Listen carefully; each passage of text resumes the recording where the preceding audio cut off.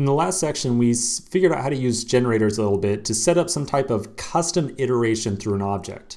Now, I know this generator stuff certainly seems kind of opaque and confusing, but trust me, this is one of those subjects where you just gotta struggle with it a little bit before you can finally say, aha, okay, that is where I should be using this feature. So at this point, we've discussed what a generator is, how they work, and how to use them for iteration. We're now going to talk about how to combine multiple generators together, and then we're going to talk about the kind of capstone subject, which is how to use generators with something called a symbol iterator. So again, we're going to talk about in this section about delegation of generators. I'm certainly not going to try to toss any fancy definitions of this out there. Instead, we're going to look at a practical example to see what generator delegation is. So I'm going to pull up a diagram really quick. And I want to just, let's start on the top here. This is kind of modeling the team that we're working on right now. Right now we've got an engineering team that has a lead, a manager, and an engineer. And so I'm going to add a requirement here. I'm going to say that in addition to our engineering team, I also want to have a testing team. So a testing team will belong to an engineering team. So it is a property on here, but the testing team is also going to be kind of like their own standalone thing as well. So a testing team is going to have its own lead and its own tester. And the reasoning behind this is that the testing team, maybe they are supporting multiple and different engineering teams. But basically this is kind of like what we've got going on here. So I want you to think about for a second, if we want to iterate through both of the teams here, both the engineering team and the testing team, and I want to iterate through all the employee names, how might we do that with our generator? Okay, like how might we approach that problem?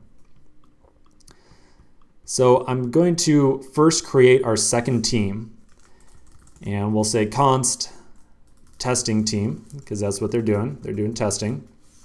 And then inside of here, we'll have a lead of Amanda and a tester of Bill.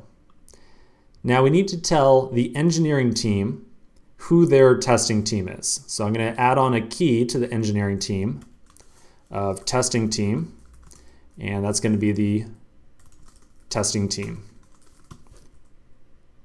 And I've got my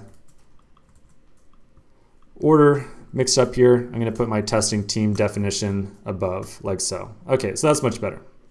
So I got my testing team declared first, and then beneath it we've got our engineering team, and the engineering team knows that their testing team is the testing team.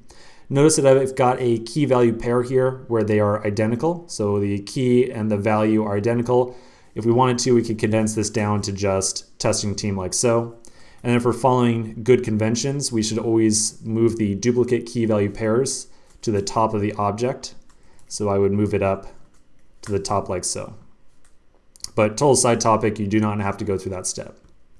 Okay, so let's get back on track here. I now want to modify our team iterator right here so that it will also iterate through the testing team's members as well. Now there's two ways to do this.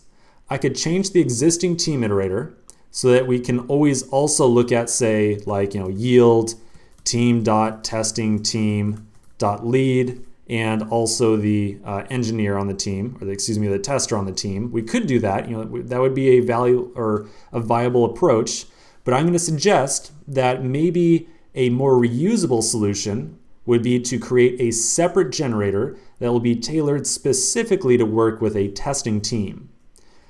So in that case, we would end up with both a team iterator and a testing iterator as well, or like a testing team iterator.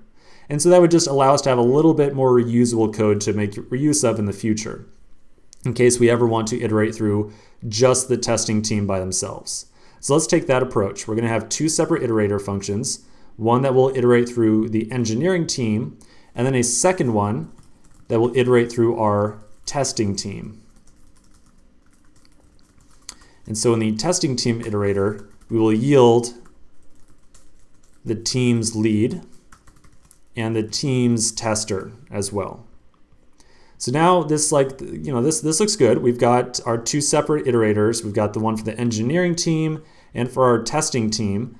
But what if we really want to have a single for loop to go through all, both teams' employees, right? That's kind of the goal here. I want to have a single for loop, and I want to walk through all of my engineering team and also my testing team. So we need to figure out some fashion to kind of combine these two generators together, or these two iterator functions together. We want to just push them together and iterate through all of them inside of one for of loop. So let's continue in the next section and figure out how we might do that.